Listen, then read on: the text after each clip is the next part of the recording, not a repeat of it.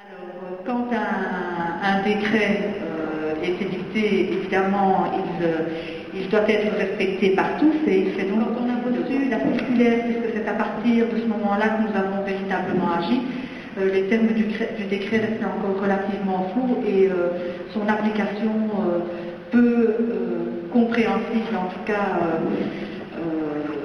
au niveau des dates et autres informations.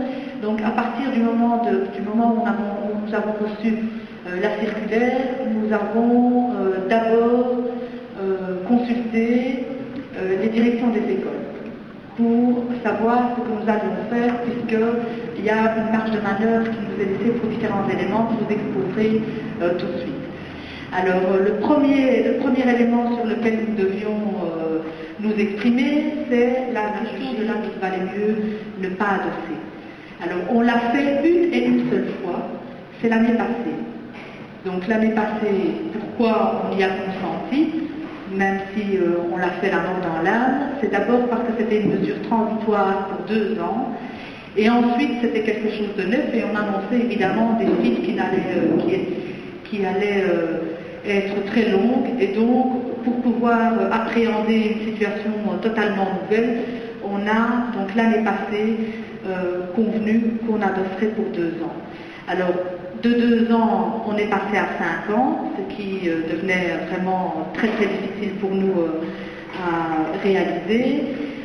Et en plus, on a aujourd'hui plus la problématique des fils à prévoir plusieurs priorités. Et donc là, nous n'avons aucune marge de manœuvre possible, nous devons simplement les appliquer.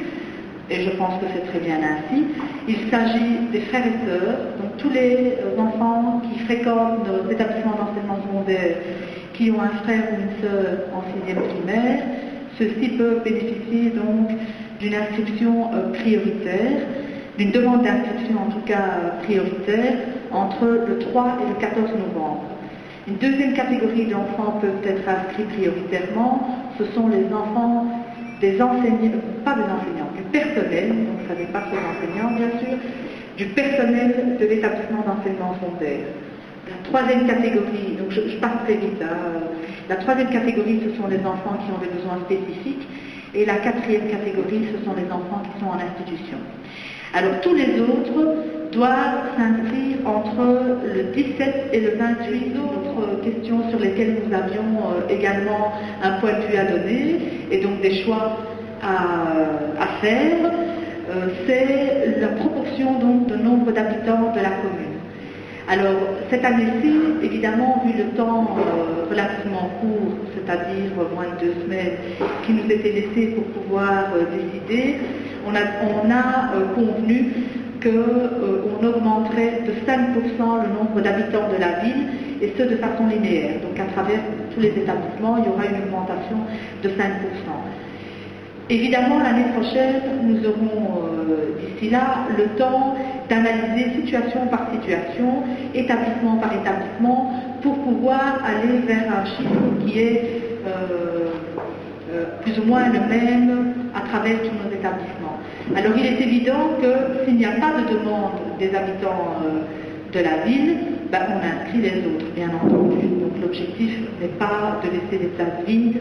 Bien sûr, nos écoles seront, en tout cas je l'espère, remplies, mais une priorité, donc, en tout cas en termes de nombre, est laissée. Donc le troisième critère sur lequel nous devions également nous exprimer, c'est le seuil minimum de mixité.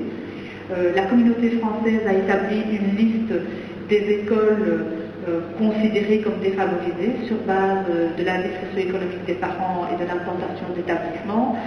Et donc, nous avons opté pour un seuil de 15% des enfants sortant de l'école. Le quatrième critère, c'est le critère de classement.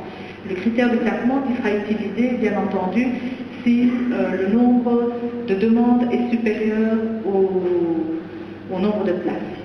Dans le cas où le nombre de places est supérieur au nombre de demandes, le nombre d'inscrits, point final. Il est probable évidemment qu'on ait une situation où le nombre de demandes sera supérieur au nombre de places.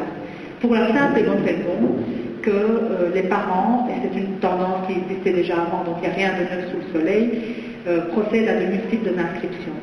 Et donc vous pensez bien que si chaque parent fait 2 demandes d'inscription dans deux établissements différents, on a une situation fictive, une situation de la réalité qui est faussée, puisque, prenons l'exemple qui en est 1000, si 1000 parents font 2 inscriptions, on a le sentiment qu'il y a 2000 demandes, alors qu'en réalité il n'y en a que 1000 bien entendu. Et donc, nous allons devoir gérer, bien entendu, cette question des inscriptions multiples. Nous sommes en train actuellement d'y réfléchir avec l'équipe administrative et avec 3 critères de classement qui étaient proposés dans le décret. Il fallait en retenir un. Alors le premier critère de classement, c'est de classer par ordre alphabétique de nom et de tirer des lettres de l'alphabet.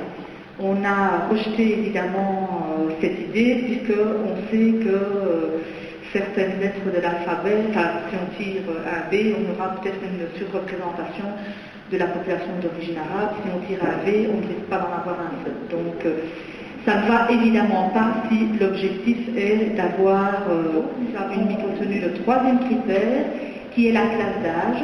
Et donc nous tirons un jour et un mois, et puis les enfants seront classés en fonction de ce jour et ce mois, et puis on prend, donc si c'est le 16 février qui est tiré, on prendra l'enfant qui est né le 16 février, puis le 16 mars, puis le 16 avril, et puis on continue comme ça, puis on passe au 17, ce qui permet d'avoir dès que ce classement aura été effectué, nous préviendrons les parents qui sont en ordre utile, et nous gérons alors déjà à ce moment-là, donc aux environs du 15 décembre, les multiples inscriptions. Donc vous verrez, quand vous irez procéder donc à la demande d'inscription, les directions d'école vous demanderont vous donneront un document que vous aurez en partie complété auparavant et qui vous demande d'annoncer le nombre de demandes que vous comptez faire. C'est un document qui doit ensuite être adressé à la communauté française, donc il est prévu dans le décret, c'est une des annexes, et dans lequel on vous demandera à nous, ville de Bruxelles, d'annoncer l'établissement qui a votre préférence. Et donc de cette façon-là, nous allons pouvoir, pour tous ceux qui auront une place en ordre utile dans l'établissement de préférence, eh bien on annulera forcément toutes les demandes qui sont faites dans les autres établissements, et de cette façon-là, on va pouvoir donc répondre à un maximum de demandes déjà dès le mois de janvier. La condition sine qua non pour que votre enfant soit définitivement inscrit, c'est qu'il ait le que nous allons faire, et on peut évidemment le réussir ensemble, c'est gérer ça le plus rapidement possible, parce que nous constatons à la ville de Bruxelles que nous avons des places dans quasi tous les établissements d'enseignement secondaire en première, encore maintenant. Alors qu'on a eu des bousculades, des listes d'attente qui étaient vraiment très, très, très importantes en novembre dernier, donc le 30 novembre dernier. Donc moi, je fais le pari, et franchement, après avoir évidemment pris un certain nombre de précautions, qu'il y a moyen pour la fin janvier de répondre à un très très grand nombre de demandes et de répondre favorablement, et évidemment en fonction des préférences qui auront été énoncées, à certainement 90% des demandes. On sait aussi, à travers les analyses chiffrées que nous avons faites sur les 5 dernières années, que globalement, 80% des enfants qui sortent de nos établissements d'enseignement primaire sont dirigés vers l'enseignement général. Les 20 autres pourcents sont soit préorientés, soit ratent, soit éventuellement quittent la région. Et donc, il est sûr et certain qu'on aura la capacité de répondre à toutes les demandes, et moi j'ose encore dire plus, et certainement de répondre à aux préférences des gens, à condition évidemment d'y être aidés.